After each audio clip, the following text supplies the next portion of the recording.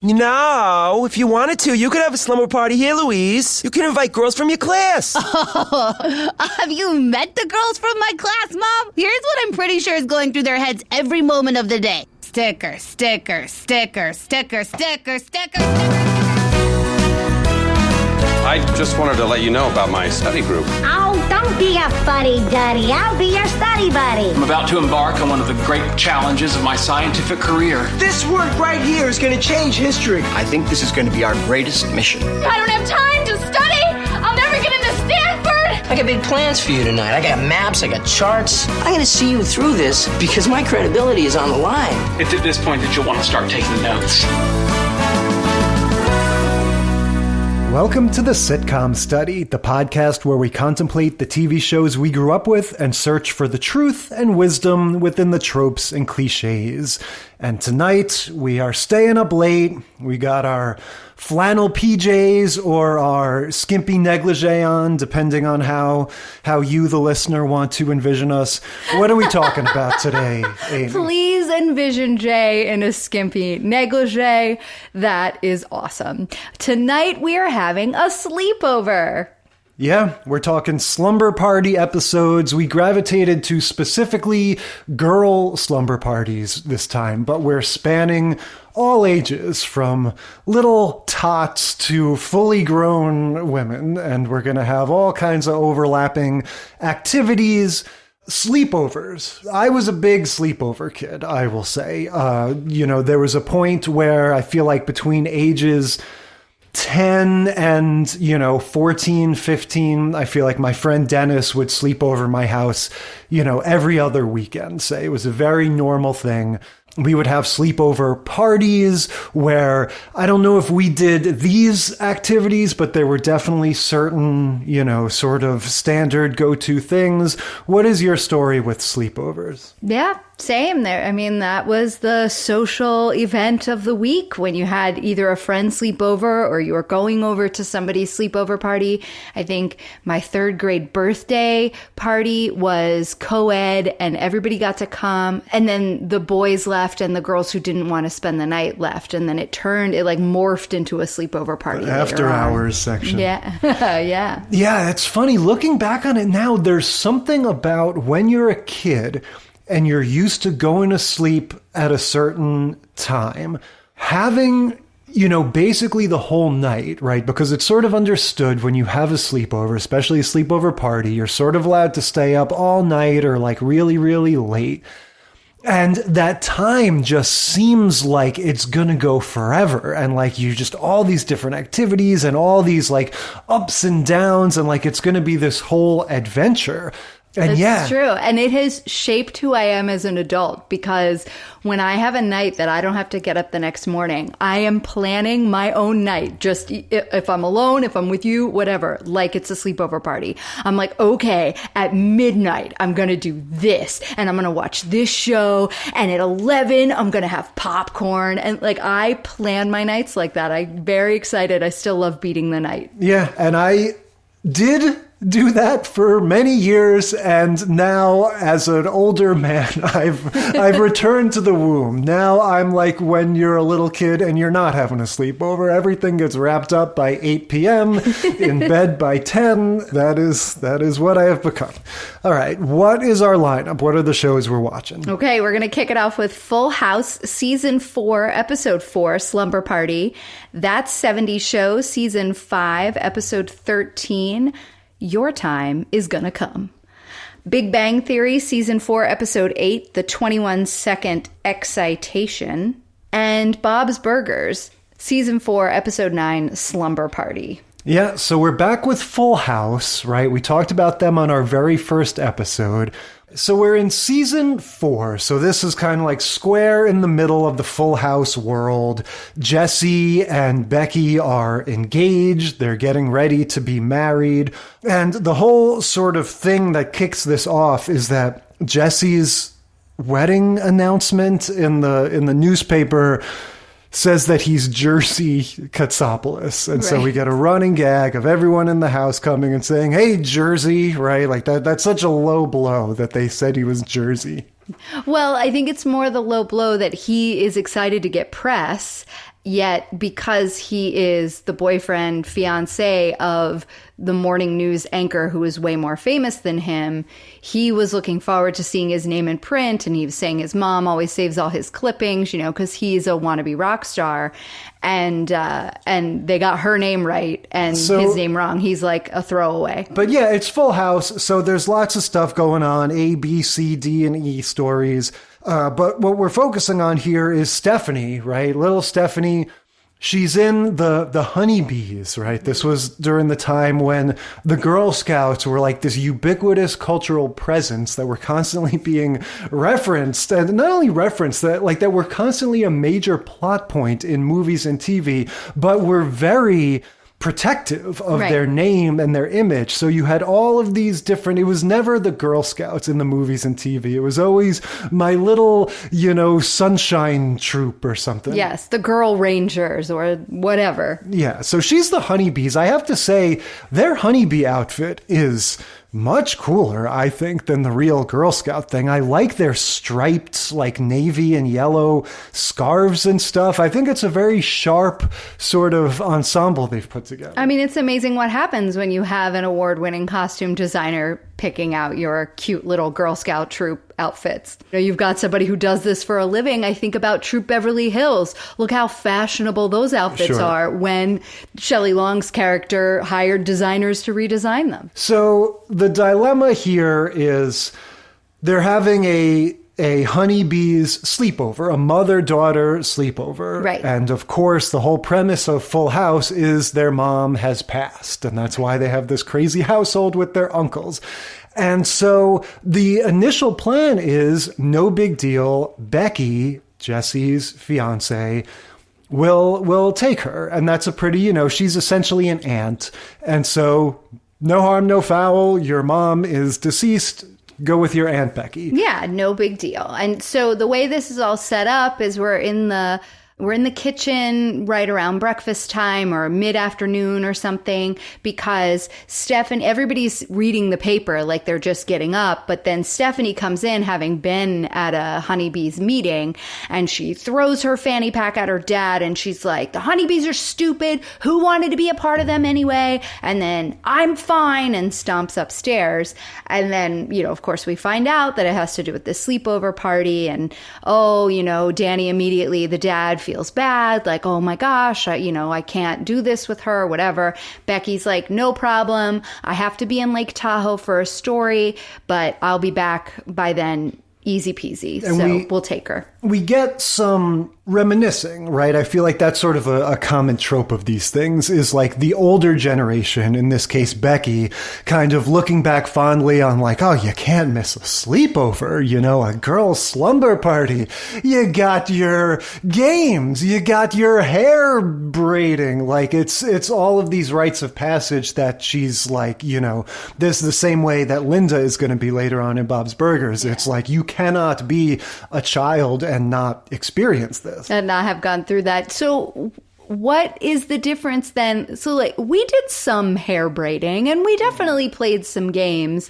I don't remember doing a fashion show for my family in the way that these, both of these sleepovers and Bob's Burgers and Full House will have a fashion show, but we definitely played dress up and just did that for ourselves. I very much remember my parents being happy to have my energy be focused on other people for the time that the slumber party was going on. And they were like, cool, you guys take over the TV or take over the back room. That's fine. We'll stay out here. Let us know if you need any more pizza. Yeah. What were your, you guys did, I'm sure, you probably played dress up, so I don't know. I can't make assumptions. There was a little bit of that. I mean, to be honest, not to be weirdly self-aggrandizing or whatever, but I would seize the opportunity to do creative stuff, to have your friends over for like 7 hours or something. I'd be like, let's make a song. We would record a rap song, or we would make little skits. Learn the dance. Yes, oh, definitely. We would Like practice hammer dance. dance. Yes, we would frame our way through our VHS tapes of MC Hammer and CNC Music Factory and learn the dances. I think that was probably a very common thing to do in the 90s. Okay, if we ever are able to get this podcast big enough that we can monetize it and start a Patreon, then extra content is going to be your grown-up version of those dances. Because ladies and gentlemen and non-binaries, I will tell you right now, this man, when he stands up in the living room and reenacts those dances, is the delight of my month. Yes, that is going to be a special tier with a very high price tag. So we would do those kinds of like skits and make songs and stuff like that. And then one thing that we did that we're going to see in at least one of these shows is prank phone calls. So maybe we'll talk about that when we get to it. That was something that happened when we were a little bit older. Yeah, and then when that like Jersey Boys thing came out and everybody was talking about it. Jerky Boys. Jerky Boys, that's right. Not the musical. Right. You know, that musical based on the nasty phone calls from like DJs or something. But no, when we got a little older than that, watching scrambled porn was a definite mainstay of boys' sleepovers in the 90s. But why as a group activity? That is what I will never understand. Because at that time, frankly, you were so young and innocent that you didn't even really get that, like, how useless it was to watch it as a group. And yeah. Oh, bro, I saw her boob! It was...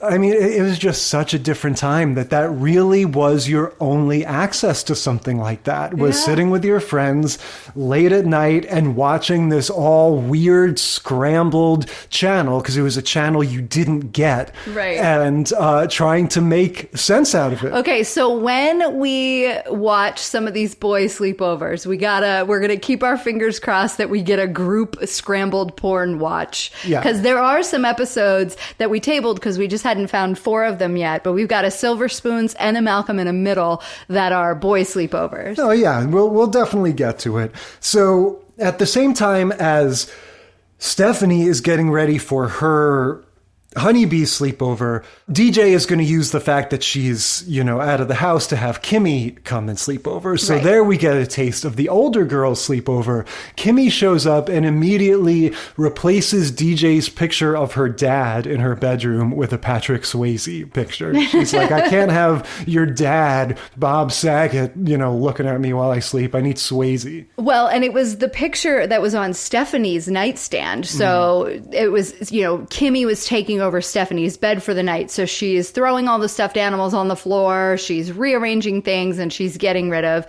the picture of Danny Tanner that was oddly sitting on Stephanie's nightstand. Because it's a headshot, basically. You have like an 8x10 of your dad or your parents on your nightstand. That's exactly normal. what it is. It's not like a picture of the two of them doing something. It's a headshot of her dad. But yeah, so before they can even get started with this sleepover thing, Becky has to call from, out on some assignment. She's a news reporter. So she calls the house and says, Stephanie, I can't take you to your party. Something happened. Her car broke down on the way back from Lake Tahoe. So she's in some random town somewhere between Lake Tahoe and San Francisco, and she's stuck. Yeah. So the solution is Uncle Joey will take her. Yeah, Uncle Joey says, don't worry, I'm the greatest at kid sleepovers. It'll be fine. I'm not worried about any of the mother-daughter stuff. I'm there for you. And Stephanie's like, okay, well, hopefully it'll be fine. But she's skeptical, and off they go. Yeah, so Uncle Joey, I mean, even at the time, I feel like Dave Coulier, was a little notorious. Like this was not exactly a guy on the cutting edge of comedy. He's just a big cheese ball. Well, he is on the cutting edge because of his cut it out routine. Yeah, it's very similar. It's definitely a sort of watered down, not as good version, but it's the same energy we talk about with 80s era Tom Hanks and Bill Murray, where it's just like a grown man being silly. Isn't it funny when a grown man takes a spatula and pretends it's a microphone and starts singing and dancing and stuff? It's just all that kind of energy. So, of course, that's what we're going to get when Joey takes Stephanie to the slumber party. And we've got, it's a mother-daughter thing. So we have like 7 or 8 women and their kids, and instead of just trying to sort of blend in and go with the flow, Joey's going to take every possible opportunity to do a funny voice or a dance or some sort of shtick. Right. He wants to try to show how well he's blending in by being like the first one to do everything and try everything. So they have like a high heel race where they have to carry an egg on a spoon that they do in the living room where there's carpet, which is the dumbest thing I've ever seen. If you're doing a raw egg race, you do it outside. But so Stephanie goes around the couch and she's in the lead in the high heels, and then they swap high heels with their parent who's there or their guardian or whatever who's there. And then they take the next lap. And of course, all of the women, the moms in this have worn high heels before. So they immediately lap Joey, whose high heel is wearing an extra pair of high heels from the hostess. Yeah. And they don't fit. And he's like falling over and drops the egg, which doesn't break because I guess carpet, but still danger. Yeah, I think they would be okay with him not being particularly good at these activities, but it's that his unique brand of comedy is just falling flat. And again, he cannot just shut his trap and go with the flow. Like, he's making all these weird jokes and stuff. And yeah, it's just kind of like bringing down the room. And so I feel like, we get a taste of that. We cut back to the various like B through E stories at the house. We get some of Michelle dressed as a greaser, basically as a motorcycle dude, because Uncle Jesse has taken her shopping. But what's the straw that breaks the camel's back in terms of the slumber party going wrong? So it's kind of leading up all in one, right? We get this, there's a few things that happen before, and then we get this egg race, and the egg race and the high heels, they lose, and, Stephanie is upset. And before that, like when they're saying, okay, moms, parents, guardians, adults, because they're trying to like, the mom who's running the thing keeps trying to make these accommodations for Stephanie as well, and sees how it's awkward, but hasn't quite, fixed her language to the mommy-daughter sleepover to, be more inclusive of all the kids. So first of all, like before we even get to answer your question, why are they having this in this Girl Scout troop? Anyway, if you know in your Girl Scout troop and you're a grown-up in your Girl Scout troop and you know that there's a child who lost their mom, you don't have a freaking mother-daughter sleepover. You do something else. So this is all the adults' fault and they're assholes. Full stop. Now, moving forward. So after the egg race, all the girls want to do makeovers. And so it's like, okay, girls do makeovers on your mom and moms do makeovers on your kid. And they're like, yay. And all the kids race. And Stephanie is kind of like, oh my God, Joey doesn't know how to do makeup. This is going to be dumb. And so she sort of looks at the mom who's in charge, and Joey kind of looks at the mom who's in charge. And the mom who's in charge is like, oh, girls, why don't we play a different game? And the girls are all like, no, why? We don't want to. And Stephanie goes, it's because of me. Right. And runs out. And runs home, like down the street, runs home. Yeah, no, she literally leaves the room, and it cuts to her walking into her own front door. But yeah, I really feel for her, and I relate to this feeling a lot, because this is what happens to me. I'm a notoriously picky eater, and there are certain cuisines that Let's go out for sushi. Yeah, are just not an option. And so it's like, as much as I really don't like to go to those places, anytime I get the sense that there's a group decision being made to accommodate me, there is that sense of shame or embarrassment. Yeah, and so Stephanie storms back home and is like, screw it all. I never wanted to be, she's a big fan of the sort of sour grapes mentality. Her go-to move is to always say, I never wanted to be in the dumb old honeybees anyway. That's right. I'm out. Peace. And she runs upstairs again. And Joey, of course, feels really bad. He was making an effort, but it was always going to be awkward. And everybody's just doing what they can. You know what I mean? It's a shitty situation. And so she goes running upstairs and she yells at Kimmy to get off of her bed. And, DJ and Kimmy are kind of in the middle of their like girls' night. I don't remember what they were doing. I think they were like listening to cool music or something. Yeah. And so DJ is like, once again, the grown-up 12-year-old in the family. Well, she specifically requests this assignment because, Stephanie walks in downstairs, says why she's so upset, storms out of the room, and Danny is like to the other adults, let me handle this like I do at the end of every episode, basically. Right. And then when Stephanie says to Danny and DJ what the deal is, DJ is kind of like, can I talk to her? Can I have a moment? Like, I think I can field this one. Yeah. And even before Danny gets upstairs, she tells Kimmy, let me have a moment alone with Stephanie. And so Kimmy leaves and goes downstairs to hang out with the guys. And Danny is like, okay, you got this, Deej. And, you're such a good girl. And he goes downstairs. And then we get a heart-to-heart sister moment, which is really very touching. Like, they did a really good job with it. It does pull at your heartstrings. Oh, yeah. I was thinking it's amazing how differently these kinds of schmaltzy ending scenes hit me now than when I was a kid. I'm sure I was rolling my eyes at this. Oh, I don't think I ever was. As a 12-year-old or 15-year-old or whenever I was watching this. And now just devastating. I mean, DJ is totally connecting with her. And first she's saying, I totally get it. I understand what you're going through. And Stephanie is like, no, you don't, because you had those extra years with mom. When you were my age, she was still here. And that's a really, difficult idea to wrestle with. And then DJ goes on this whole thing of like, yeah, our lives are permanently screwed over by not having a mom, and it sucks. But what we get is Full House. We get the premise of this show. We get Uncle Jesse and Uncle Joey and Aunt Becky and this whole wacky situation that we're in. And, that's its own thing too. And, my God, I mean, not a dry eye in the house when this thing is going down. No, it was really good. And the one, like my one criticism of this part is that it's still framed in the negative, right? Because they're talking about, like you said, I don't have this and I don't have this and we're never going to have that.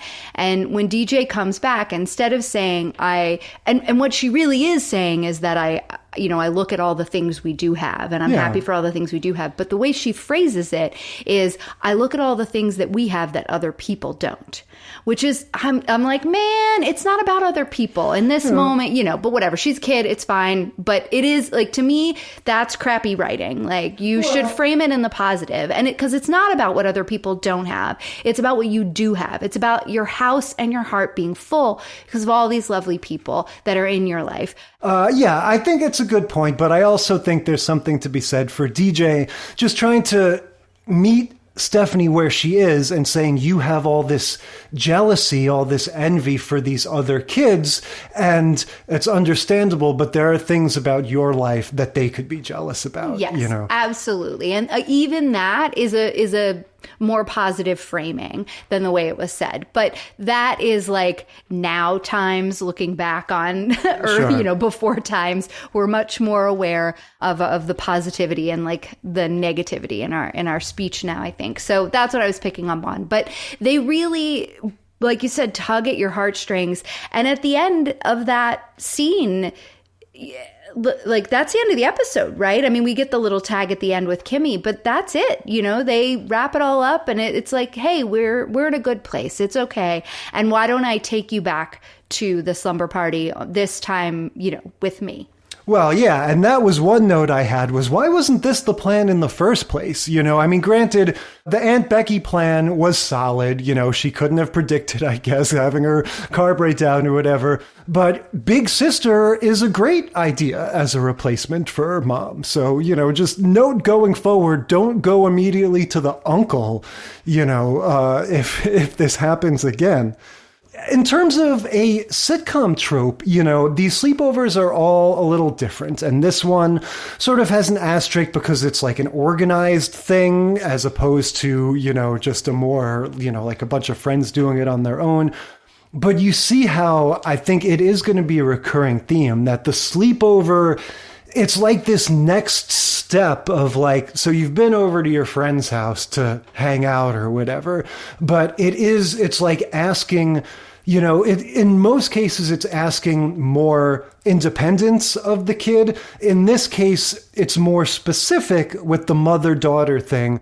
But it's still this sense of like, okay, you've skated by this far, but now if you're going to be like a person with friends in the world, you need to go to the next level, and that is the sleepover. Yeah, not just have an hour-long or a 2-hour-long play date where at the end of it you might be getting sick of each other. No, you're going to have to really learn how to manage yourself in social situations for a long period of time. Yeah, so I feel like we're going to see that continue to play out.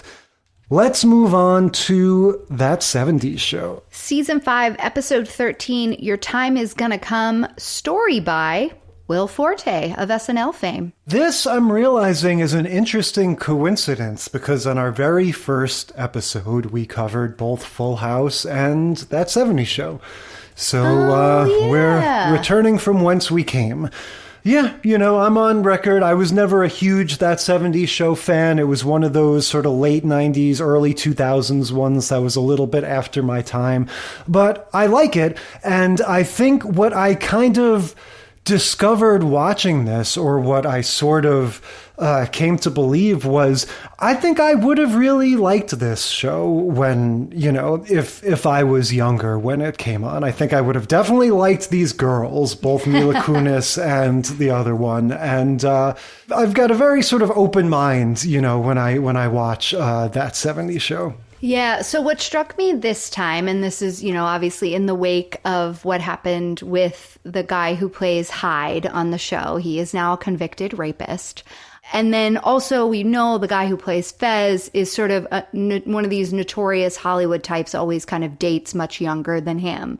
I don't know if that's still the case. But anyway, when I look back at this, because I was a big fan of this show, and when I watch them now, it bums me out because of that. And I look at the time and it was like, you know, this is early 2000s. This is when we're, you know, everything that you read now is about how we were calling Jessica Simpson fat at this time, right? Like and she makes a guest appearance in this episode, very clearly not fat.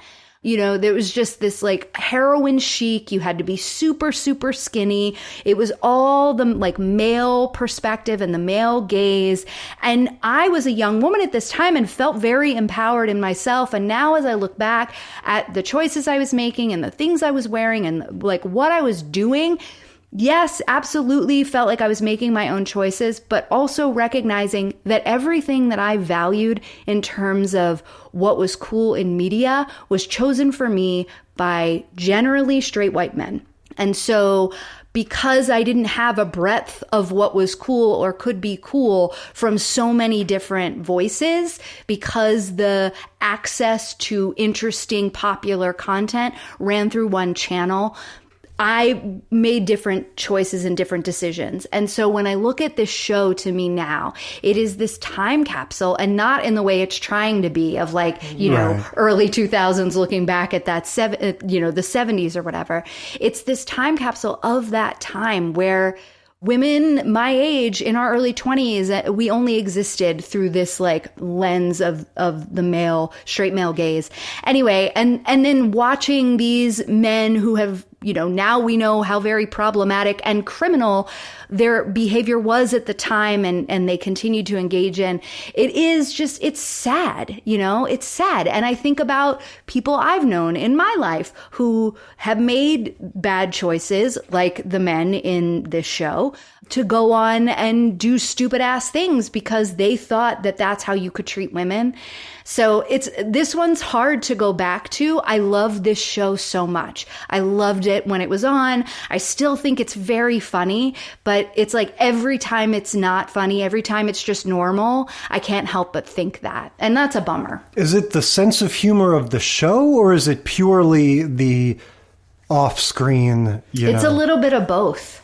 I mean, I definitely see a little bit, this isn't like one of those feel-bad shows that we talk about like Married with Children or Unhappily Ever After. But again, like you're saying, because of the time it came out and everything, because of who's making it, it's got a little bit of that. It's got the same thing you see in the Friends episodes where it's like, it goes without saying that all these guys want to bang all these girls. And there's always going to be these little like, I'll do it if you show me your boobs, like all of those kind of jokes and stuff. Right. And the gender roles thing that still existed in the 2000s is present in this show, and they lean into it even harder because, hey, it was the 70s. They were even worse. Well, and that, I will say, the 70s aspect of that 70s show always gets lost in the shuffle to me. It's like the guy has weird hair, their dad... They wear bell-bottoms. Yeah. Oh, wait, we were wearing them then, too. It really is like, a sort of retro milieu to the clothes and the hair.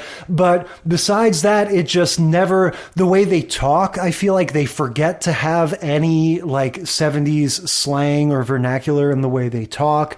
And so, it always just kind of escapes me that I'm even watching something that's supposed to be in the 70s. Yeah. And I think that probably is a writer's choice though, right? Like I think they didn't write that kind of stuff in unless it was like them being funny and making a joke about it. Because these are not the cool kids, right? These, I mean, other than maybe Jackie, right? But like, these are the nerds in, so they definitely wouldn't have been like hip to the best slang or whatever. But I don't know. All of that being said, we get great guest appearances in this episode. We've got Jessica Simpson doing her early 2000s thing, playing a dumb blonde, because that's all anybody would let her do. And then we've got Betty White being hilarious as Kitty's mother and Eric's grandmother. Yeah. So Jessica Simpson is basically the whole sort of catalyst of this story. She's Kelso's new girlfriend, right? Kelso is Ashton Kutcher. And like you said, this is straight up stunt casting. This is going, if Ashton Kutcher's character is supposed to be a big old dummy, a big sort of handsome doofus, who can we cast to be the lady version of him? Jessica Simpson. Well, and in this episode, she is playing the lady version of Jackie, because we're like a few episodes away from Jackie and Kelso breaking up because Jackie sort of developed this crush on Hyde, and Hyde was not having it. And he was like, no, I'm not dating her. She's crazy. And then they start dating.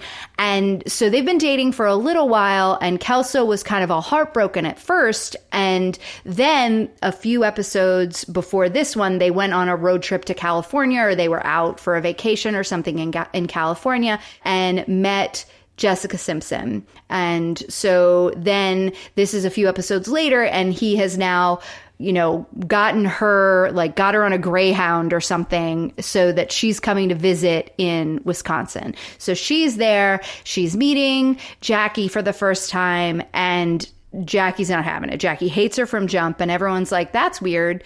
Jackie's dating Hyde, shouldn't be jealous of Kelso's new girlfriend. And so Kelso's like, hey, Donna, you need to let my new girlfriend Annette sleep at your house because she doesn't have a place to stay. And why don't you guys just like have a sleepover or something? They start to realize, his friends, that, like you said, that she's just like Mila Kunis's character because they watch her yelling at him, right? She says, I told you I don't like presents that bounce, right? I don't even remember. What was he giving to her? He was trying to get one of those bouncy balls out of a vending machine, you know, like they used to have at grocery stores where you could get like a bouncy ball out of the nickel machine. Okay. So Eric and Donna are watching all this and going, she's just like Jackie, Mila Kunis. And so, like you said, it was Kelso's idea that his new girlfriend is going to stay with Donna. She originally objected to this, but then they kind of turned things around. Is their motivation like keep your enemies closer? They have all of a sudden this thing like, we want to get to know her and befriend her, but I'm not sure what they're playing at. Well, so Donna didn't care Donna was like, oh, you're just going to foist this girl upon me. Okay, fine. Like, she didn't care one way or another. Her whole character is, I'm the tomboy. I'm one of the guys, you know, whatever. And she gets just annoyed by Jackie as everybody else does, right? Well, so she realizes that Annette can't stay at Kelso's house because that, first of all, his parents won't let her. And also he already randomly took a picture of her in the shower, which was like this great, you know, another one of these jokes, right? Where Jessica Simpson's like, well, I can't stay at Michael's because already one of his brothers took a picture of me in the shower. And all the rest of the cast is like, Kelso, I thought your brothers all were away at college or, you know, not living at home anymore. And so then, of course, Ashton Kutcher gets his like, ooh, face. Yeah, he took a picture of his own girlfriend in the shower. But again, without asking and whatever. So anyway, so Donna is like, sure, okay, we'll do it. And then is like, hey, if I have to spend the night with this girl, Jackie, you need to come. Like, let's, you know, and Jackie's like, I'm not interested in that. Absolutely not. I hate that girl, whatever. She's horrible. And Donna convinces her by saying, hey, we can make fun of her. We can whisper and giggle and be like, and when she asks what we're talking about, we can say nothing. So Donna's trying to appeal to Jackie's sensibilities by saying, come on, it'll be fine. If you come over, we can just make fun of her together. So that way Donna doesn't have to be alone with her because she doesn't really want to hang out with her all night long. And also, so they want to torment her, basically. Donna doesn't. Donna just doesn't want to be alone with her all night long. She'd rather hang out with Jackie, even though she finds Jackie annoying. And so this story has a lot of holes in it, right? So she's saying to Jackie, let's do the thing that you like to do, which is make fun of the other girl. But this isn't like an intel thing. This isn't like we need to get to know her to find her weakness or something like that. Okay, so the Slumber Party aspect of this is relatively brief, but it is significant. And what is fun about it is we get two slumber parties because we get the real one, but first we get the guys' fantasy sequence of what their slumber party is going to be. And I have to say, I can tell already you were not tickled by this. It was funny to me that it's like they share a fantasy and Kelso has the power to fantasize for all of them. He goes like, Fez goes like, oh, I can just imagine what their sleepover party is like. And then we start to get the dream sequence, like wavy lines. Yeah. And Ashton Kutcher goes like, no, I got this. And so like he stands up as though like he is going to provide the fantasy for all of them to experience. Well, sure. If he's telling it out loud. I guess that's what it's supposed to be. Yeah. He's describing the fantasy. So yeah, we get a fantasy sequence.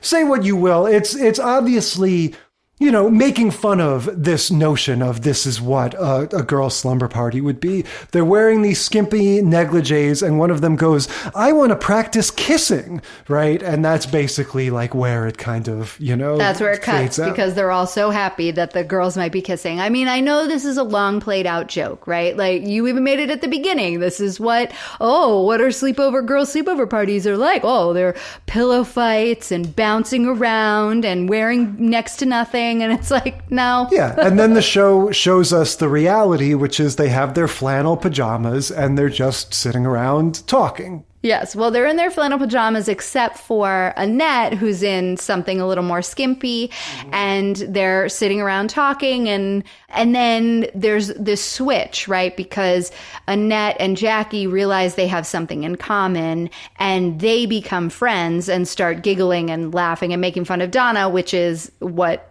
always ends up happening to Donna anyway. She just can't seem to like make friends with girls, really. Yeah. Now, there's another subtrope of the sleepover party in sitcoms, which is the spying on the sleepover party. This happens in Saved by the Bell, and it happens here. The guys spy on the girls' sleepover. Yes. And nothing really comes out of that. They don't get caught. I mean, not until later, and then it's just a dirty look or whatever, but they don't get caught. But the grandfather, Eric's grandfather, in the meanwhile, what's been happening with the adults is Kitty, her parents have shown up randomly, unannounced. And she has this really contentious relationship with her mom. Her mom can never say anything nice to her. And her mom is played by Betty White. And so the grandfather, her dad, comes out, sees the boys peering over the fence and is like, hey, what are you guys doing? And they're like, nothing. And so then they all scurry inside. Eric goes back outside and Grandpa's dead. Grandpa has had a heart attack and is on the ground. Yeah, this was handled quite briskly, I have to say. I don't know how big of a character this was in the show, how much we're supposed to be invested in him. But yeah, I mean, this is all, his death is off camera, but it does sort of make the whole plot switch gears a little bit because, next thing we know, we're at a funeral. Right. So now it's a post-sleepover world. What happened at the sleepover was Jackie and Annette became good friends, and Donna is like not friends with the girls, like that. That's sort of the ongoing joke of this show, right? And Jackie has declared, I'm no longer jealous. I was a little jealous, but that's just because it was weird to see Michael with someone else. But I'm not because Annette's great and that's, yay, all is fine. And so she's happy with Hyde and everything's fine. And then there's some other things going on with the parents and whatever. But then Jackie comes back in at the kind of the end of the, wake or whatever that they have going on at the house. And Annette and Kelso are making out. And Jackie screams from the front door while Hyde, her current boyfriend, is watching, get your hands off my man. Right. And storms out of the room. And someone says something like, but Hyde's right over there or whatever. So is this resolved? No, it sort of switches to a little bit of the mom's story of her dad having just died. And I have to say, I mean, I did not expect this to be such an emotionally exhausting lineup between these first two shows. Betty White isn't grieving the way that Kitty thinks that she should be, and she keeps, barking orders and insulting Kitty. And Kitty is just like, trying to make this whole, after funeral dinner thing happen. And she goes upstairs to finally give her mom a piece of her mind. And she walks into the guest room and her mom's sitting there crying. And so she realizes that everybody grieves in different ways. She and her mom do not have a heart to heart. All of this happens just on the actress, what's her name? Deborah Jo Rupp, that plays Kitty. All of this happens in her face. So we see Betty White sitting on the bed crying. We see Kitty see her, recognize that, people grieve in different ways and I should give my mom a break. She doesn't have to grieve just like I do. And leaves the room. She leaves, and I think she just kind of encounters Eric in the hallway and they just hug or something. There's this very sort of quiet moment that is just like, oh God, I thought we were looking at Ashton Kutcher, goofing around. I didn't sign up for this drama. Emotional drama. Yeah, well, so they leave the Kelso, Hyde, Jackie love triangle for another day. And that does kind of play out throughout this season. This was a weird season. They switched things up. We've got Jackie not with Kelso anymore. We've got her with Hyde. And so this was like one of the, we're just trying something new. This is almost to the end of the 5th season. So yeah. But in terms of tracking the trope, we do see clearly Slumber Party as bonding experience, right? This is a way to upgrade your relationship. And like we said, even sort of shift the alliances and kind of, you might leave with a different partner than you showed up with. Who knows? All right. Moving on to The Big Bang Theory. Season 4, Episode 8, The 21-Second Excitation. Yeah. So Big Bang Theory is a pretty significant presence in sort of 21st century, multi-camera sitcoms. We haven't talked about this before. What is your take on Big Bang? So I was into Big Bang for the first few seasons. It was one that I, recorded or TiVo'd or whatever. I watched it and then just kind of got away from it. And I think it was just one of those things that went on for so long and it was so samey. And it's nothing against the characters, nothing against the writing. Like every time I dropped into the show after I stopped watching it, it was still funny.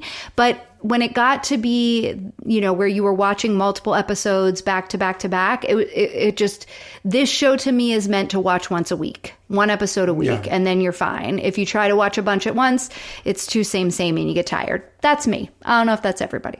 Yeah, this was one that I definitely just did not have time for when it was originally on. I think at this point we were adults when this was on TV. If I was watching sitcoms at all, I really was only interested in what I considered the absolute top tier, which would have been like The Office and 30 Rock, maybe New Girl. But I frankly kind of stuck my nose up at Chuck Lorre. I think this was after 2.5 Men, right? Or they overlapped. They overlapped, but this came second. Mm-hmm. And I really had a kind of snotty attitude about it. These shows, even something like How I Met Your Mother, they would come on when I was, stretching for my run or something, and I would watch them. And, they would have funny jokes here and there. It wasn't like, oh my God, it makes me sick.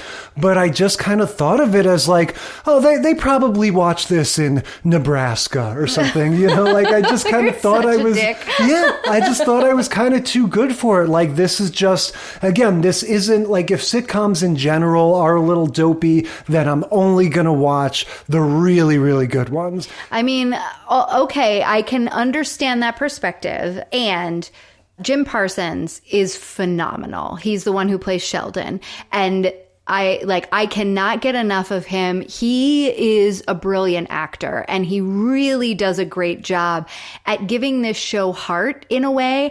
And when it got to the point, so this is now season 4 and now we have Amy, who's played by Mayim Bialik, on, and she just added a whole new layer to the goings on of the little, nerd kind of apartment living. So the question I have for you coming out of Big Bang Theory is, what is the deal with everyone hanging out with their neighbors? Have you ever lived in an apartment building where you were like, let me go make friends with my neighbors and now hang out there? Well, no, but that's not exactly what this is. This is a group of friends hanging out together, or rather a group of friends and roommates hanging out together and one neighbor. Right. Penny is their neighbor who started becoming friends with them. Yes, that's the part that needs explaining. And that's sort of the premise of the show that you need to buy into, is why Penny hangs out with them. But it's not as though the rest of them are just random neighbors that decided to be friends. They're all friends and colleagues. No, they become an extended friend group because of this central apartment where everyone's kind of hanging out with Sheldon and Leonard. I think it's very much meant to be, let's take Friends and fuse it with a little bit of a sort of modern day Revenge of the Nerds type thing. Friends if they were PhD and postdoc researchers. Right. What I will say is that watching it now, I really like this. I thought it was really funny. And I think I was wrong to sort of turn my nose up at it. I stand by the opinion that it's sitcom-y in a way that those other shows I mentioned, like The Office or 30 Rock, they transcended that. They had a voice that was doing something new and different. And this is a little bit more like, let's do a sitcom about a bunch of nerds and stuff. But nonetheless, it is funny. And Parsons obviously is, the huge standout and the big sort of lightning in a bottle of this show. But all of them are really good. Yeah. Kaylee Cuoco is really good. She's an excellent sort of foil appeal to them. And you can tell, like she's good looking, but it's not like they just hired some supermodel or something. Like she has a really interesting look and presence about herself that has a whole sort of eccentric vibe to it. So yeah, I'm here to say Big Bang Theory, I welcome you into my life with open arms. And I'm sorry I, was so skeptical. Yeah. So one of the things that I love about Big Bang Theory is one of the same things that I love, surprisingly, about Archer. And that is the throwaway references that are like meant to be above your head unless you are, studying the same types of things in the minute detail that these guys are. They're almost always accurate. And if you look them up, it's hilarious. And we get a ton of them in this. So we get Amy, who's played by Mayim Bialik. We get Amy Farrah Fowler mentioning the Miller's Tale, which is a really dirty Canterbury Tale. I knew that from my own life. Yeah. And we get, and then of course, all of the Indiana Jones stuff, which I'm sure you totally were into. How much of that was accurate? I'm going to guess all of it. Tell me about the submarine conundrum and the 21 seconds of the extra footage. Is this all real? I don't know about any 21 seconds of footage. What I was thinking is that, and I know I'm always going off about my conspiracy theories here, this was more corporate synergy. Like just, it makes perfect sense that these guys would be into Raiders, and there's constantly screenings of Raiders of the Lost Ark. You and I went to one. But the way that you see the poster of this new edition of Raiders of the Lost Ark like 17 times in this episode, and it ends with this funny little tribute where they're using the music, which you would only be able to do if you either paid a lot of money for it or were in this sort of corporate branding, hand washing kind of thing. So, I don't know. I just kind of got the impression like there must be some sort of new DVD version of Raiders, or even maybe a new theatrical release of Raiders going on at this time. But yeah, the story does all sort of hinge around this screening of Raiders that they're going to go to. This is all a MacGuffin, in the style of the Indiana Jones movies, to get to the idea that they need to camp out all night. They need to camp out for tickets. Right. Well, they camp out to get a place in the theater, because it's one of those like midnight movie showings. And so Sheldon's all upset because they aren't there at 5. They went out to dinner first. And so they leave, around 6 or a little after 6, and they get there and there's already this huge long line, and Sheldon just keeps saying, I told you so, or I informed you thusly, as he puts it. Yeah. And we also get a running count of him getting or not getting sarcasm, which is an ongoing joke for him because he's on the spectrum. So sometimes he can't pick up on sarcasm. So yeah. And then we get a guest appearance by Wil Wheaton. Yeah, Wil Wheaton was always showing up on this show. He was like one of their nemesis, I remember, just from even my casual watchings of it. Sheldon's nemesis, for sure. Yeah. Sheldon is very funny. I know it's like, sort of goes without saying, he was the whole, sort of centerpiece of this show. But as somebody who has these sort of mildly autistic qualities, I really like characters like this. It's this sort of wish fulfillment, I think, for those of us who have a lot of these struggles. It's fun to watch a character who's just one step further. So instead of just struggling with small talk, they completely reject it, which is what we wish we could do, and all kinds of things like that. And so, yeah, like you said, Jim Parsons just being this very singular actor and having that weird voice and that very interesting body and everything, like he's a perfect match for this character because he makes it not just your sort of obvious take on it. Yeah. One of the things I wrote down, he's talking about how he never watched the Thriller video all the way through because he finds zombies dancing in synchronicity implausible. And also a little bit scary. Yeah. There's just so many little things like that. They're just good at writing for him. Yeah. And got better and better as the seasons went on, right? Because this was set up to be, Johnny Galecki was the star. He was the known guy. guy. He's from Roseanne. He was in a bunch of other things in the 90s. And so he was the one that like had the star power. And Kaylee Cuoco as well. She's from, Don't Date My Teenage Daughter or Rules for Dating My Teenage Daughter or something like that. That's the show she was in when she was a teenager. So these are two actors coming into Big Bang Theory that have a built-in audience from two other big sitcoms that were hits, right? And were fairly long running. And then this new guy is Jim Parsons, who comes from the theater world. He's a little bit older than them, but he's playing this younger character or whatever. And then he's the breakout star, right? And so I know, and I've heard like from doing some reading and stuff, that there was at first a little bit of resentment going on between the three of them because, like I said, the two, Penny and Leonard, kind of had this the heavyweights, and then, Sheldon's getting all of the Emmy nominations and awards and lauded and critical acclaim. And then the writers shift and start writing for him even more. And then it becomes about the catchphrases and it becomes about Sheldon. And so all of them are these wacky characters that are just sort of supporting Sheldon's silliness. And so that was something that over the series run, they did have to navigate as a cast. And they came together on multiple occasions to, say we're in support.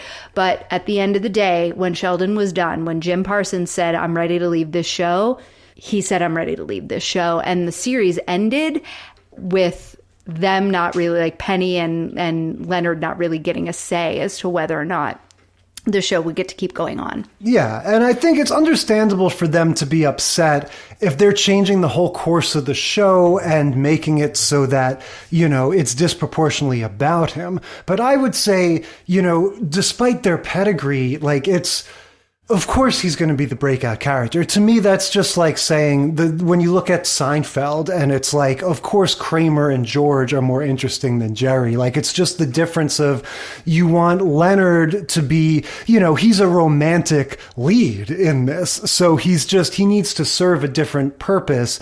And then Sheldon is your one that you can go really extreme with because at least initially he's in his whole other world. But to your point, there's so much interest in him that it's like, we're not content to just have him be the weirdo. Now he needs to have his own romance and everything. Yeah. Ergo. And I think they did right by it. They did right by that by bringing in the other characters, making more of Raj and making more of, what's the guy's name? Howard, right? And then bringing in Bernadette, who is Penny's friend from work, who starts dating Howard as time goes on. And then bringing in Amy, bringing in Mayim Bialik. I think they did the right thing by taking the show from just, the sort of odd couple that's not really odd, plus Penny living living next door, to this group of friends that now there's so much more to go to. There are so many more stories. Right. And yet they're always true to that basic premise of nerdy people, intellectual, slightly, like I said, socially autistic people grappling with, everyday life and like quote unquote normal everyday people sort of teaching the nerds how to live, and also learning from each other. Right. Exactly. So anyway, to get to the sleepover part of this, we've got Amy Farrah Fowler is having dinner with the guys when they're preparing to go out to this Indiana Jones, Raiders of the Lost Ark midnight showing. And she hears from Bernadette that the girls are going to have a girls' night. And she was like, well, I'm a girl. And they're like, yeah, but you were going to go to this thing with the guys, so we just didn't figure you'd want to come. And so she was like, nope, I'm getting invited. So Penny is usually a waitress at the Cheesecake Factory. That's where they were having dinner. That's the like outside setting that they normally use when they go to restaurants in this show. But Kaylee Cuoco had a broken leg, so she was seen seated in every one of the scenes that she's in. And in this episode, she was the bartender, so she was behind the bar, so she could still be, have her leg propped up. And at the very end, when they have her running out and into her bedroom, that's a body double because she can't walk. Yeah, Amy Farrah Fowler invites herself basically to the girls' night. Right? Yeah, which at first is just going to be a girls' night, but then once they're there and they're drinking wine, they're talking about what are we going to do next? Do you want to go out? Do you want to stay in? What do you want to do? Amy lets it drop that she's never been to a slumber party. Right. So she wants to have all of the tropes. She wants to have that slumber party experience. It occurs to me, Amy is making this very sitcom-y mistake of trying to force the bonding. She has this idea. She wants to be BFFs, she says, or best friends forever. She wants to be friends. She's trying to make it happen sort of non-organically. And it kind of makes me realize having characters on your sitcom that are slightly autistic is basically like having children in the sense that it lets you do all of the same sort of sitcom-y lessons and tropes as though they were little kids, right. Having to learn those same lessons about, you can't really force somebody to be your friend, etc. Exactly. So the girls decide to stay in. Amy pulls up this list of all the things that you're supposed to do at a sleepover. So she wants to start making her way down the list. They play truth or dare. They have to explain the rules to her. What are some of the other things? They do prank calls. Oh, that's right. They do prank calls. That's when that comes back. Yeah, like I was saying before, this was definitely a big sleepover thing for me at a certain age. Most of the time, we didn't do anything all that, We would just be like, is Anthony home? No, no one named Anthony lives here. Okay, bye. But we found it thrilling. Yeah, they do truth or dare. Amy's version of truth or dare is hilarious. She goes, first she's going like, at what temperature would you eat beef or something like that? And they're like, what temperature do you have to cook beef so that all of the bacteria or whatever? And she's like, you have to answer truthfully. She's like, I don't know. So they go, no, you're supposed to ask her something really personal. And she goes, oh, okay, what is the circumference of your areolas? Right. And then when it cuts to later and they're supposed to be exchanging scandalous stories, like you said, she's telling The Miller's Tale by Chaucer. Right. So that's her idea of like a scandalous story. And she's not wrong.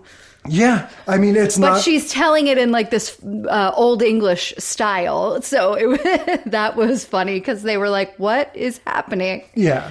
Meanwhile, the boys are they end up sort of living Raiders of the Lost Ark because Sheldon steals the film print and they get chased by a mob of angry moviegoers, kind of like the mob of, I don't know, indigenous peoples that chase Indy at the beginning of Raiders of the Lost Ark. Oh, okay. That's what that was. I guess that's why they played the music there. I'm not enough of an Indiana Jones person to like get all of that. So then the last thing we get in the slumber party is they're looking at the list on the phone and Mayim Bialik says, oh, well, this says you have to engage in some experimental casual lesbianism. And Penny has already run out of the room because they had been playing Truth or Dare and she said truth and they started asking her about her friendship with Leonard. So earlier in the series, Penny and Leonard dated and now they've broken up, but they're still really good friends. And the question is like, well, why are you still hanging out with him? Why are you guys still so close? And Penny's like, I don't want to play anymore and storms out. So then the thing about the lesbianism happens and Amy Farrah Fowler goes into the bedroom and is like, I got this, and accosts Penny. And so we just hear from the other room like, Amy, what are you doing? Yeah, and that's kind of it. So this is a pretty good one in terms of like the slumber party, mainstays. I mean, we get the truth or dare, we get the sort of, the scandalous stories of various kinds, we get the drama with her storming out, the prank calls. Even though it's about adults, it kind of fits in pretty well. Yeah. Moving on to Bob's Burgers. Season 4, Episode 9, Slumber Party. Yeah, this one, when we started talking about sleepover episodes and we started leaning towards girl sleepovers, I was campaigning for this episode of Bob's Burgers. I remember this as a good one. It's a Louise episode, and So it's got to be good because she's hilarious. yeah, Louise is just so indomitable, and I remember this as one of those classic episodes where it's sort of like her against the world. Right. So Bob's Burgers, we talked about them on the podcast before. We've got the mom and dad. They own a burger shop, 3 kids, and this is taking place on a weekend. So we're not getting the normal, making burgers and the kids going off to school and all of that kind of stuff. This is a slumber party. And so we start the episode at dinner, and Louise is hating on sleepovers. Yeah. And the mom is like, what do you mean? Yes, this is a very common dynamic. Linda is very effervescent and very positive about everything, and very often wants to sort of curate an experience for the kids or for Bob. And Louise is the total too cool for school, doesn't want to do anything. And so we get this sort of stalemate all the time. And in this case, Louise is, say, oh God, why would anybody want to do a sleepover? Somebody says something like, what's wrong with a sleepover party? And she goes, oh yeah, and while we're at it, what's wrong with diarrhea? She's just gleefully hateful of the idea of a slumber party. Right. And her main reasoning is that the girls that she goes to school with are completely empty-headed. She says if you looked inside their brains, I'm fairly certain what you would hear on loop is stickers, stickers, stickers, yeah. stickers, stickers. This is, yes, one of those hilarious Louise sort of observations. It's like, yeah, girls my age, they think about nothing but stickers. But so this is going to be our first non-voluntary sleepover party, right? Because I don't know if this is supposed to be like a couple days later or something, but Linda, their mom, just sort of arranges a sleepover party. Louise goes to get the door, and it's like, 4 girls from her class. 4 girls from her class, one of them voiced by Rachel Dratch and another by Catherine Hahn. Yeah, Bob's Burgers is usually head-to-toe fun comedy people in the voice cast. And we sort of get this forced sleepover thing where even though it's not an official organization like the Honeybees, it's kind of a similar thing. Like Linda sort of takes over and guides everybody through this experience. She's going to do what? What are their activities? They have a fashion show. Yeah, everybody's, just like the Honeybees. Everybody's taking, clothes and high heels out of a bag and throwing things on and walking awkwardly through the living room while Linda is doing like a narration of, there she goes. Look at her with the flash of, the boa and the red heels. Oh, yes. She's just doing like the commentary. Tries to convince Louise to do it. She's not having it. And then Louise describes each of the girls that Linda has invited over. And she's got some very choice words for why each of them sucks. Yeah, they all have their own quirks. One of them is obsessed with braiding. And so they have like the little sort of cutaway sequence where she's braided the janitor's mops. Right. And the janitor's like, please stop braiding my mops. She's like, but it's so pretty. Yeah, one of them's a germaphobe. Who won't sit on any seat and has never sat on a seat in her entire life. So we get cutaways of her not like holding herself up by her arms in her desk at school and answering every question like this because she's doing this constant ab workout to hover, keep her butt above everything. Yeah, I forget what the other... So Jessica is boring. Right, and she's the one we're going to get into more later. What's the other, and then the tall Harley girl? Is she won't stop talking. Okay, she's just annoying. Yeah. Okay, so there's sort of a plot twist, a little seed laid where Jessica decides to go to bed much earlier than everybody else, right? She says, oh, I'm off to sleep, and everyone kind of... My bedtime's 8:15. Right. Linda says, yeah, it's only 8 o'clock, but yeah, she goes off to bed. So Jessica goes to bed, and she calls them into the kitchen to do tie-dye. Louise is pitching a fit, and then Also, we get Linda having a side conversation with each of her other kids, with Tina and Jean, because they're like, wait, what role do I play in this sleepover? So she has to explain their trope to them. Yeah. Jean is the annoying little brother. You have to go pull somebody's hair. And Tina, the older sister, is like too cool and doesn't want to be a part of it. So she keeps like leaning against the wall and being like, oh man, I really wish I could do some tie-dye, but I'm too cool for that in her weird way. Exactly, which doesn't fit with Tina's personality at all. Of course, she's anything but aloof. But at some point, Louise kind of snaps and says, I'm going to sabotage this. I'm going to poison each individual girl's, enthusiasm for this so that she wants to go home, right? Is there a particular thing that makes her snap, or she just kind of decides, screw this, I've had enough? I think she's just like, she's over it. She's had enough. They finished the tie-dye. Linda takes all the tie-dye baggies to go put them in the tub, but for some reason she goes into the bed, like one of the bedrooms first, and knocks over Jessica's backpack while she's asleep, and the baggie of the peed on jammies. We don't know about that yet. Yeah, we do. We saw Jessica wake up and go, nobody needs to know. We'll just make it to the morning. We'll just make it to the morning. Okay. And she puts a pair of jammy pants that she had been wearing earlier into a baggie and shoves it into her backpack. Okay. So if you know anything about kids or whatever, oh, this kid's a bedwetter, right? But if you don't know anything about kids, like Jay apparently does it. I've seen this multiple times, and I think both times it was a reveal to me at the end when we find out what her game is all about. But what happens is, whether you're supposed to understand it or not, Jessica's soiled pants, which are in this plastic bag, get mixed up with all of these other Ziploc bags that are full of tie-dye. Right, all going in the bathtub. Right, so they're all in the bathtub, and then Louise is like, there's got to be a way I can get out of this. And the mom's like, you're stuck. That's it. Sorry, kid. This is, you got to deal with it. So that's when she decides, okay, I'm going to beat these little brats at their own game.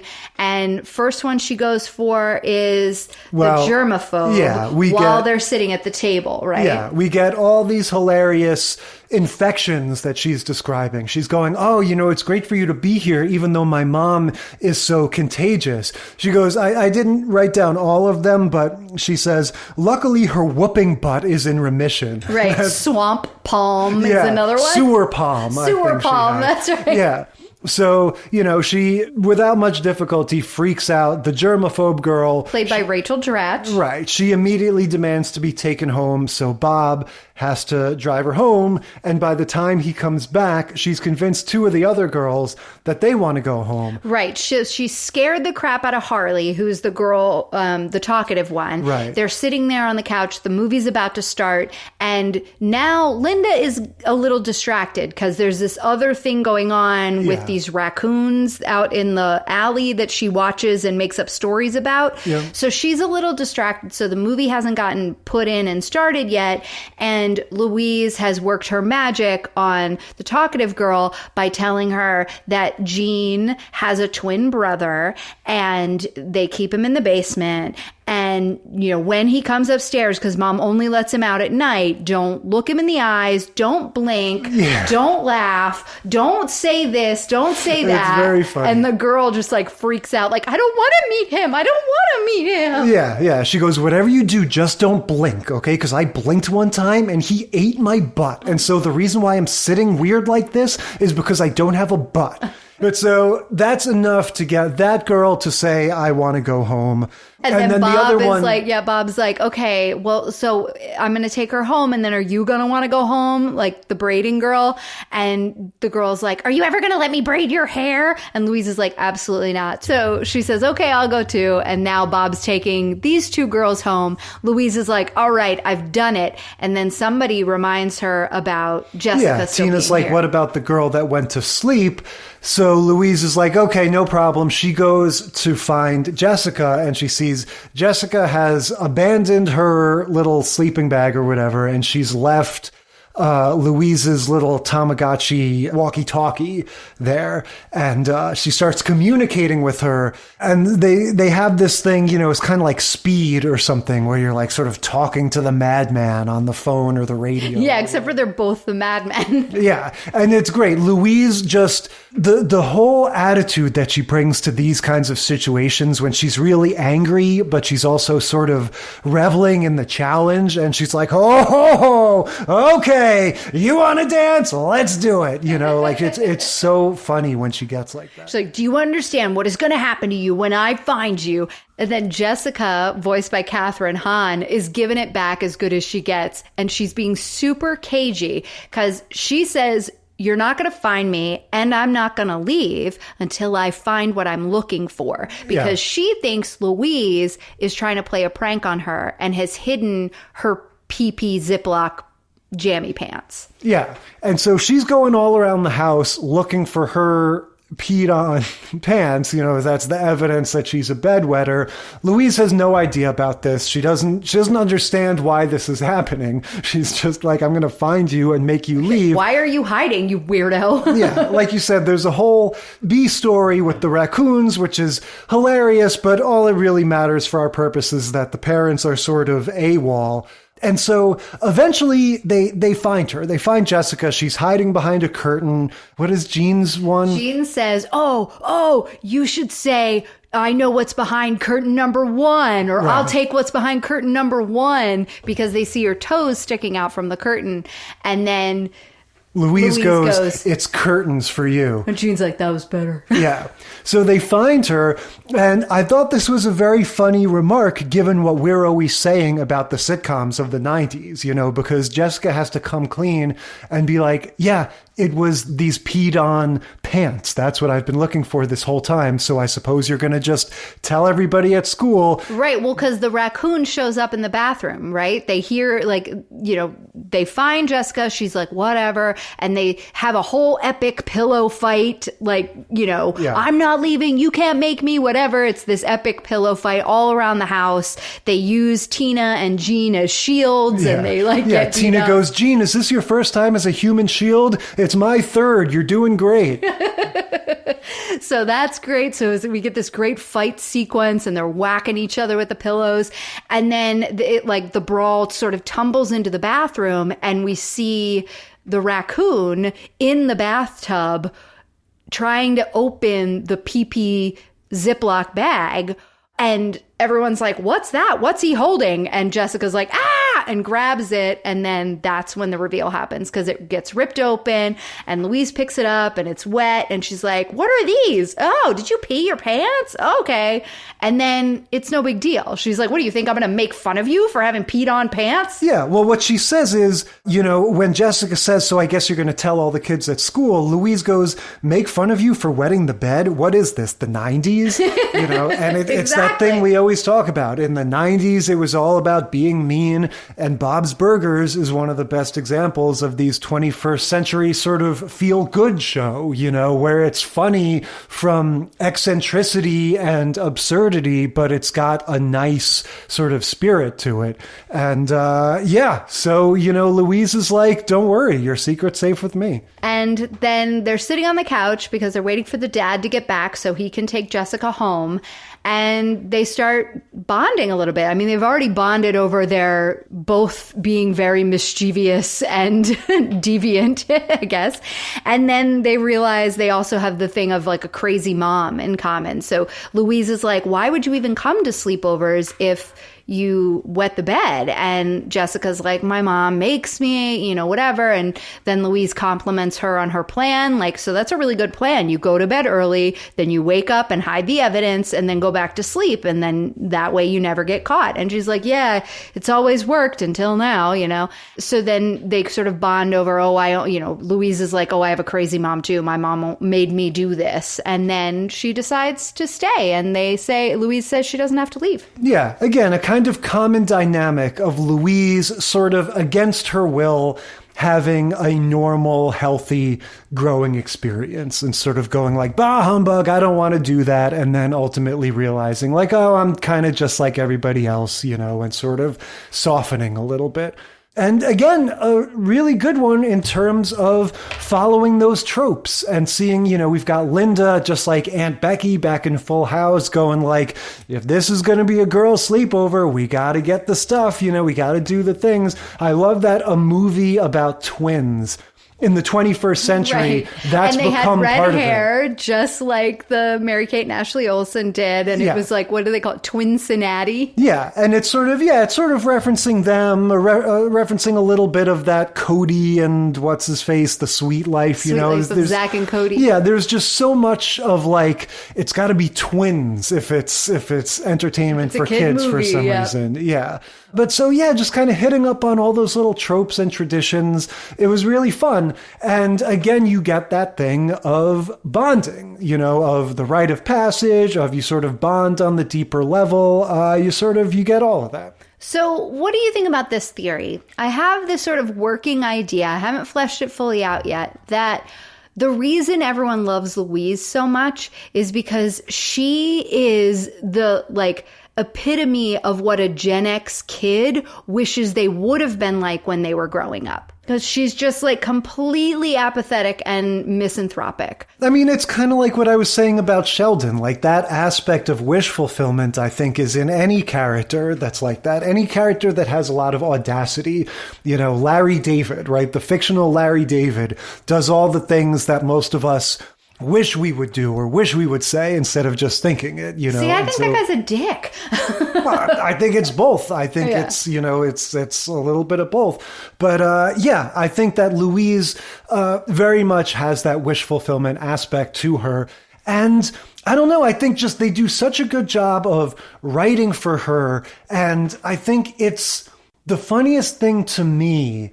Like the funniest parts of the show with her are when people are afraid of her. Like when Bob is afraid of her because he's like, there's an episode where they're going to give her bedroom to Gail, Linda's sister. She's going to either have to share with her or share with one of the other siblings. And when Bob presents that idea to her and you just watch her twitching and you watch Bob, dreading having to present this news to this little kid, like that to me is what makes it so funny. Her outrage, So I don't know. Going back over these, this was a really solid lineup to me. I think, like we were saying, those first two were surprisingly emotional. And then, this one even Bob's Burgers was a little heartwarming there at the end with Louise making a friend, Yeah. What the latter two have for me is just both being really funny, like a lot of laugh out loud moments for me. Like I said, not only Bob's Burgers in general, but this particular episode of Bob's Burgers was always a favorite of mine. So, it's not a surprise that I liked it. To me, The Big Bang Theory is the one that really kind of came out of nowhere and won me over. And now, I'm like, this is great, let me put on Big Bang Theory in the background when I'm working. That's, I like that it's, like I said, it's not those next level sitcoms, but they're all really good and it definitely had fun with that trope as much as any of these. Yeah.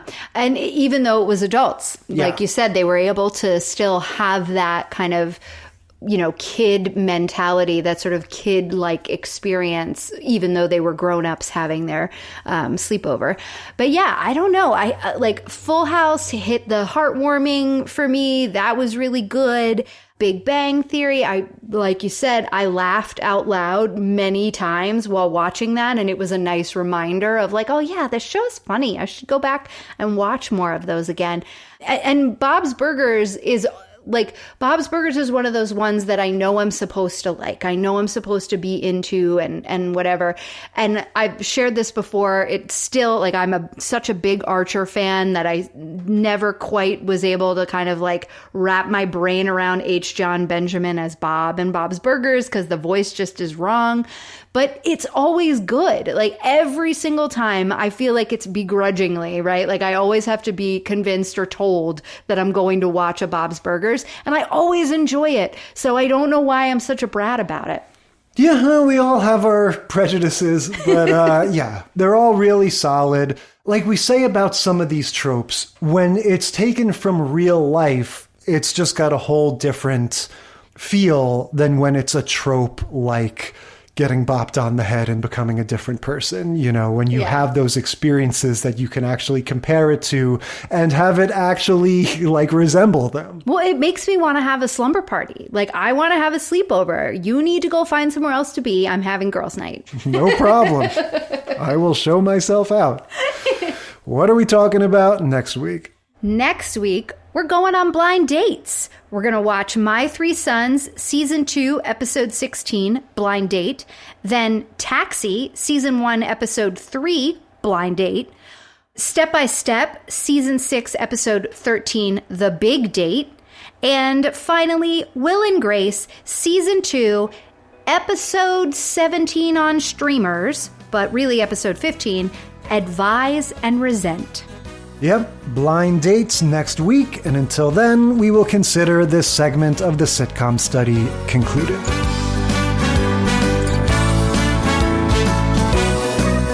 Thank you for listening to the Sitcom Study. Tell us what you think or share your own TV tropes and topic ideas by sending a self-addressed stamped email to sitcomstudypodcast@gmail.com or find us on Facebook or Instagram. And if you like the show, consider leaving a rating or review on your podcast app. It helps us boost those precious Nielsen ratings.